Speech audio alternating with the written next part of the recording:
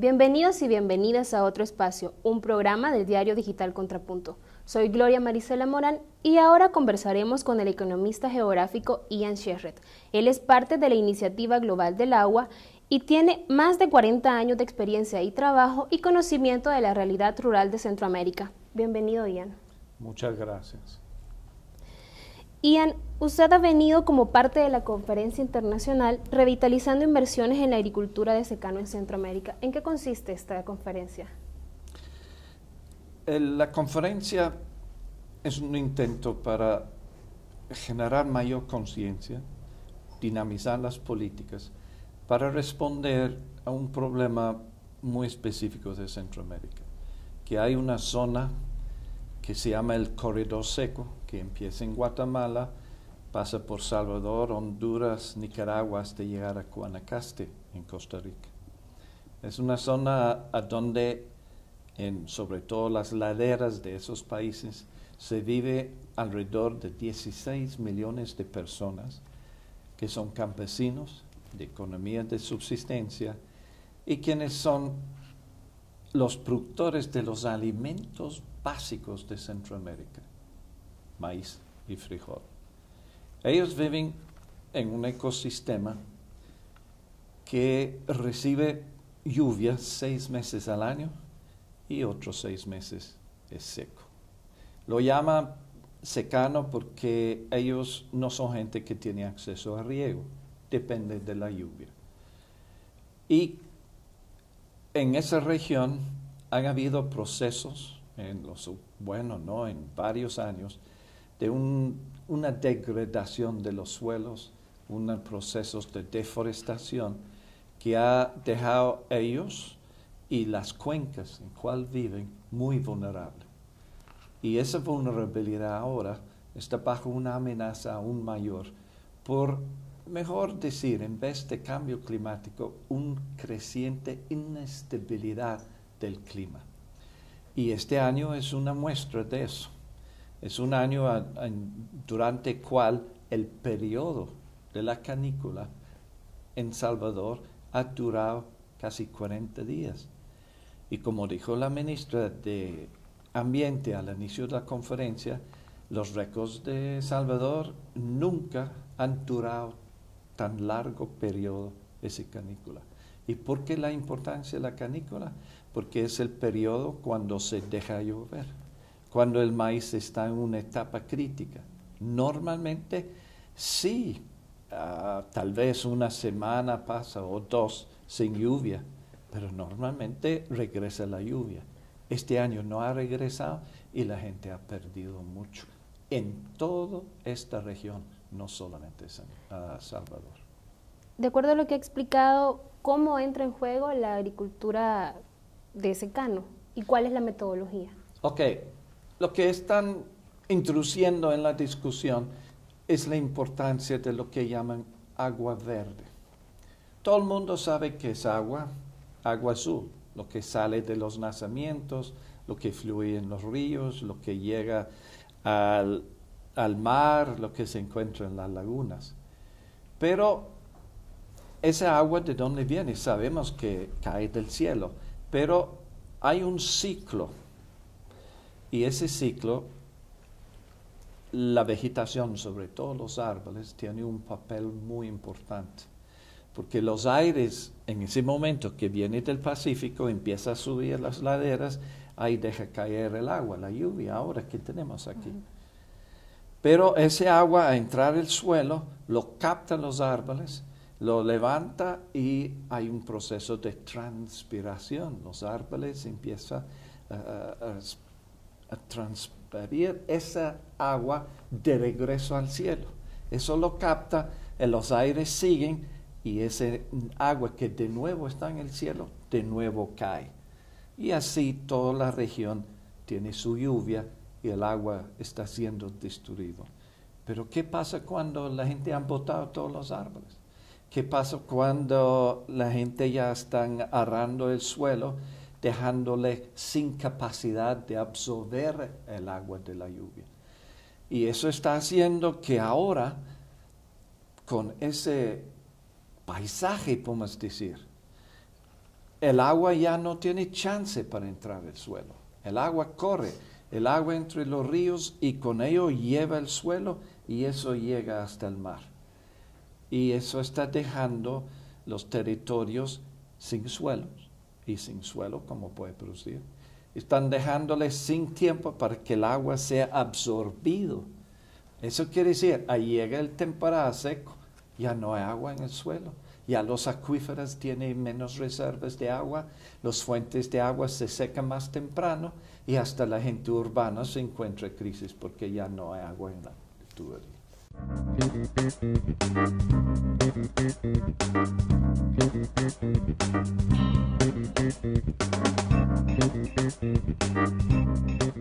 Gracias por continuar en otro espacio. Estamos conversando con el economista geográfico Ian Sherrett de la Iniciativa Global del Agua sobre la agricultura de secano. Deben haber entonces cambios, aparte de la agricultura, que hasta hoy se han hecho las prácticas de agricultura, también deben haber cambios entonces en la práctica general del cuidado del suelo y ya no permitir más deforestación en este sentido. Bueno, para Salvador eso es difícil porque ya casi no queda, pero lo que hay y lo que se han desarrollado en Centroamérica en base de prácticas antiguas que vienen de la población indígena originaria, prácticas lo que llaman ahora de agroforestería. Eso quiere decir, ya se sabe que el maíz crece muy bien con árboles y ya se sabe cómo hacer eso.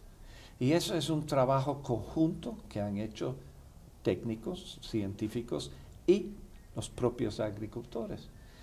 Y lo que estamos hablando es, también es muy importante que otro aspecto que va con esa agricultura que produce su frijol y su maíz es la ganadería extensiva.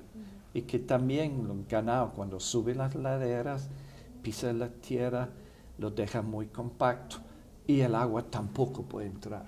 Eso quiere decir, ya se ha practicado, ya hay miles de campesinos que ya han cambiado su estilo de producir sus alimentos.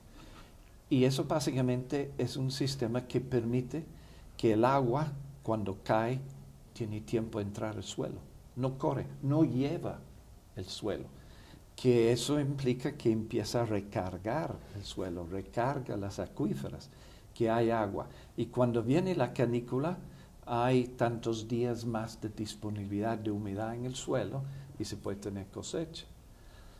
Tenemos ya estudios que muestran, durante ese problema este año de canícula larga, la gente que han adoptado esos sistemas sí han perdido, pero solamente 30% de su cosecha normal.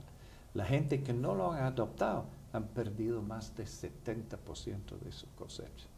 Eso quiere decir, hay miedo que este año, con el problema de la subida de los precios, todo el mundo sabe el problema del precio de frijol, con los problemas de falta de trabajo en el café, hay mucho miedo que hay una gran población rural que puede encontrar problemas realmente para encontrar dónde puede conseguir. ¿Y en qué lugares se está practicando la agricultura de secano en el país? Hay de irse a la frontera, ahí por Chalatenango, por la Montañona, ahí enfrente en Honduras. Tú tienes una zona que antes era degradada como el resto. Y ahora en esas zonas la gente ha adoptado esas nuevas prácticas y ya en el mero verano el paisaje es verde. La gente ya tiene más agua. El río Mocal que alimenta el río Lempa se ha duplicado el volumen de agua en ese río en el tiempo más seco, que es el inicio de mayo. Eso más introducir sistemas silvopastoriles, le voy a explicar eso. Eso implica que bajar el ganado de la montaña, tenerlo semistabulado y sembrar nuevas especies de zacate en esas zonas, de recuperar árboles, sobre todo variedades leguminosas como la leucaena, sean famosos como el árbol del ganadero, y esos son leguminosos. ¿Qué quiere decir eso? Esos tienen no solamente en su fruta, su semilla, pero también en sus hojas, son muy nutritivas, tiene bastante proteína. Esas plantas ponen nitrógeno en el suelo, es lo que necesita el maíz para crecer. A cosechar eso, a cosechar la zacate, ya la gente puede organizar la alimentación para el ganado. La importancia de esas prácticas es que son prácticas que le permiten enfrentar un problema que ya está marcado, que El Salvador lo ha vivido, que es ahora la lluvia no viene en forma regular. Los estudios indican que el total de la lluvia no ha cambiado mucho, pero lo que sí ha cambiado es la lluvia. Ahora viene en temporadas más cortas y cuando viene más intensivo. Y si no está preparado para capturarlo, si no está preparado para que ese agua se detiene, se pierde y rápidamente la zona se seca y ya está el problema. Ya no hay producción de maíz. La gente está con problemas porque maíz es la comida de Centroamérica. Y para finalizar, la pregunta ¿es viable para un país como El Salvador sostener este tipo de agricultura? ¿Cuáles son los costos de inversión? Okay. No solamente es viable, es urgente. Sin eso, no sería realmente viable la agricultura actual.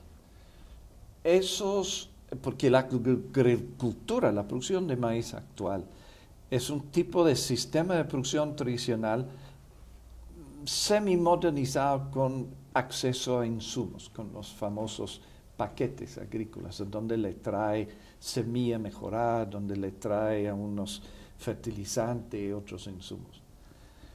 Eso no es una respuesta adecuada a la problemática de producción de maíz. Es una respuesta que sí permite a las familias producir su maíz, porque es un tipo de subsidio. Pero los costos de estos insumos siguen subiendo.